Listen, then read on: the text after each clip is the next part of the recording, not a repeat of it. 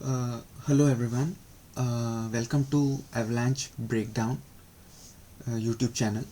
So in this playlist which I will be uploading, so we will be discussing about ROS2 robot operating system. So this is a very popular framework and I think it is very good for the people who are working in the field of robotics or autonomous driving to learn about this. So yeah, welcome to the course.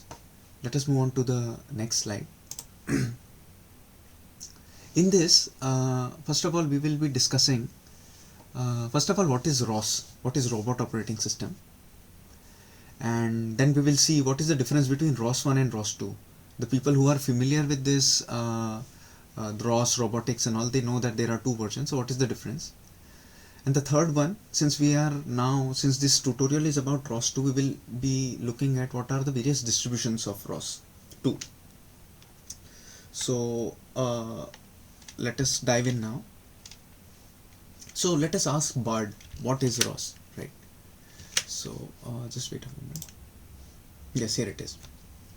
So first of all, what is ROS? What is robot operating system? So ROS, which stands for robot operating system, isn't actually a true operating system like Windows or Mac OS. Instead, it's an open source framework that helps developers and researchers build and reuse code for robotics application. It provides a set of tools and libraries that simplify. What does it simplify? Hardware abstraction and communication and code reuse. It helps us to reuse the code. What does it mean when we say hardware abstraction? So in that you can write code that works with different types of sensors, actuators and other hardware without needing to know the specific details of each one. So what it actually means, you will only get to know once you are actually using it, but this is what it is. Communication, ROS nodes, individual software components can easily communicate with each other regardless of their programming language using topics and services. So when we are doing the tutorials, you will get to know what these topics and services are. So but now the thing to understand is it helps it gives a base so that two different nodes can communicate with each other. And the third is code reuse.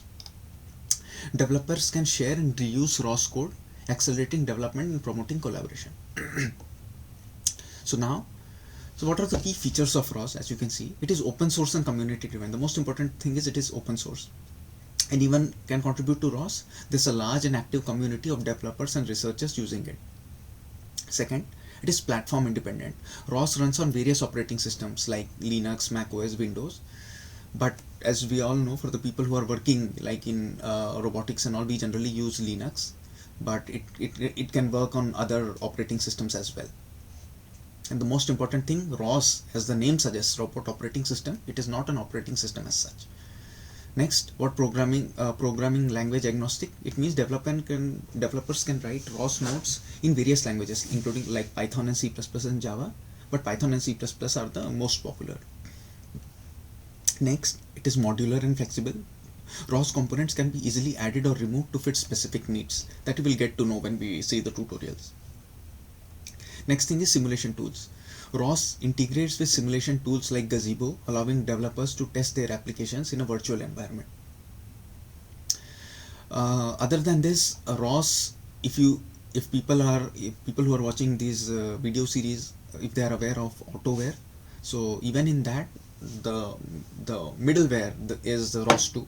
So many of the services, many of the topics and all are from ROS2. So ROS actually plays a very dominant role in communication in those autonomous driving stacks, open source autonomous driving stacks. So here are some references which you can see and do, right? So let us move on. So this was just wait a second. Yeah. So this was answer to what ROS is.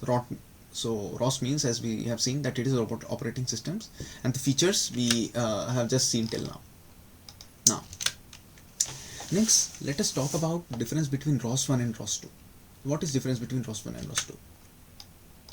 So let us ask the same question to Bard and let us see what it has to say. Both ROS1 and ROS2 are versions of robot operating system, but they have some key differences. What are they? And these are very important as well. First of all, middleware for ROS1 uses a centralized ROS master and custom TCP based communication. This can be a bottleneck for large or complex systems. But ROS2, it uses data distribution service for communication. DDS is decentralized, scalable, and offers better performance and reliability. API and programming languages. ROS1 has separate core libraries for C++, ROS CPP, and Python ROS-Py. These libraries have some features, parity issue. ROS2 has a single core library written in C RCL with language bindings for C++, Python, Java, and others. This ensures consistent feature across languages. ROS1, it uses a master-slave architecture with central ROS master managing communication and discovery, and ROS2 uses a peer-to-peer architecture without a central master. And there are other things as well which you can see. But other than that, there is a good table which says that middleware is centralized ROS master, ROS2 has decentralized DDS. API, separate library, C++, Python, single library, RCL with bindings for different programming languages. Architecture, it uses a master-slave architecture, and ROS2 uses a peer-to-peer architecture. C++ standard is C++03 and C++ 11/14. Launch files XML, and this is Python. So these are some things about the differences between ROS1 and ROS2. Next is what are the various distributions of ROS2. So ROS2, for the people who are already aware, there are various distributions, and in each distribution there are some new features added. So but it's not that always we have to use the latest version, because it's not only about ROS. There are suppose if we take AutoWare, the latest version, the AutoWare has only support for ROS to Humble. So even though there are new versions of ROS, but still the support for other software which have been built over ROS, they still use older versions of ROS, so it is always relevant, and the base features are more or less the same. So it is always good to know like one of them, and depending upon the applications and depending upon the release, we can change our, we can how do we say that, we can migrate from one to another. It's like that. So what are the various stable distributions? So there are two main types of ROS2 distributions, stable and rolling. Stable distributions are released periodically and provide a long-term support. It is like LTS, while rolling distributions are continuously updated with latest features but may contain breaking changes. So here, these are currently available ROS2 distributions. So stable distributions are Foxy, Eloquent, Dashing. Some rolling distributions are like Ridley and ROS2 Galactic, and Humble, ROS2 Humble. So it's like that. So yeah, this is what it is. So this is what I wanted to discuss before starting. So what are various distributions of ROS2? We have just seen. Yeah. So let us go to the next slide. So I plan, so these are the contents of what I intend to do in this video series playlist. So we will be talking about some beginner ROS, CLI tools, command line interface tools. Next we will talk about some beginner level client libraries. And then we will see some intermediate ROS2 and some topics under that. And then we will see some advanced ROS2 topics. And then we will see some demos. And then we will discuss about some miscellaneous topics. So also, under the first one, beginner CLI command line interface tools, what is it we will be seeing? We will like see how do we configuring environment using TurtleSim, it is a simulator, and ROS2 and RQT, and understanding nodes in ROS, understanding topics, understanding services in ROS, understanding parameters in ROS, understanding actions, understanding RQT console to view logs, and launching nodes in ROS, and recording and playing back data. So these are some things which we'll be seeing as part of beginner CLI command line interface tools. Moving on next. What are beginner client library? Second is beginner client library, beginner level client library. So what is it? We will be looking into that. Looking in that is we will see how to use Colcon to build packages, ROS2 packages. How do we build them? Creating a workspace, creating a package, writing a simple publisher and subscriber in C++, writing a simple publisher and subscriber in Python, writing a simple service and client in C++, writing a simple service and client in Python, creating custom messages and service SRV, MSG and SRV files, implementing custom interfaces, using parameters in a class using C++, using parameters in a class using Python, using ROS2 Doctor to identify issues, creating and using plugins in C++. These are some client libraries which we'll be using, and this is also beginner level. Now let us, if we see the topics which we'll be covering in intermediate ROS, it will be like, first, managing dependencies with ROS dev, creating an action, writing an action and server and client using C++. Next is writing an action server and client using Python, composing multiple nodes in a single process, monitoring for parameter changes in C++, launch, we will see TF2, we will see testing, we will see some URDF. So these are intermediate ROS topics which I intend to cover.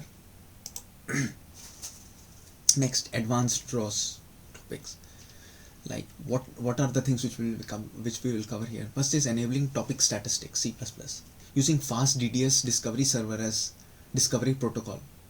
Next, implementing a custom memory allocator, and then unlocking the potential of fast DDS middleware. Then recording a bag from a node in C++, recording a bag from a node in Python, reading from a bag file. So the data which is saved in ROS is generally in a bag file format. So how do we read from it? And next, simulators, we'll look at some simulators, and then we'll see some security. Next, we'll see some demos. What is it that we will see?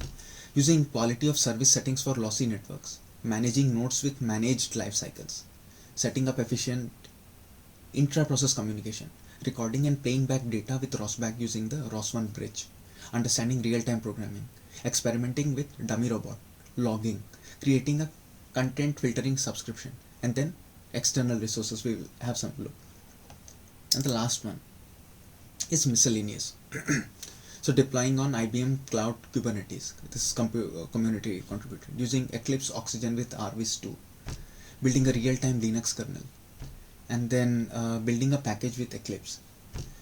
So yeah, so that's it. That is what it is planned. So as I said, I will be like uploading lectures one by one onto this playlist. I hope it will be useful and people will be able to learn as we go along. So yeah, so thank you very much. Let us now we will start with beginner CLI tools, command line interface. So I will be adding the videos in a step-by-step manner. Thank you very much.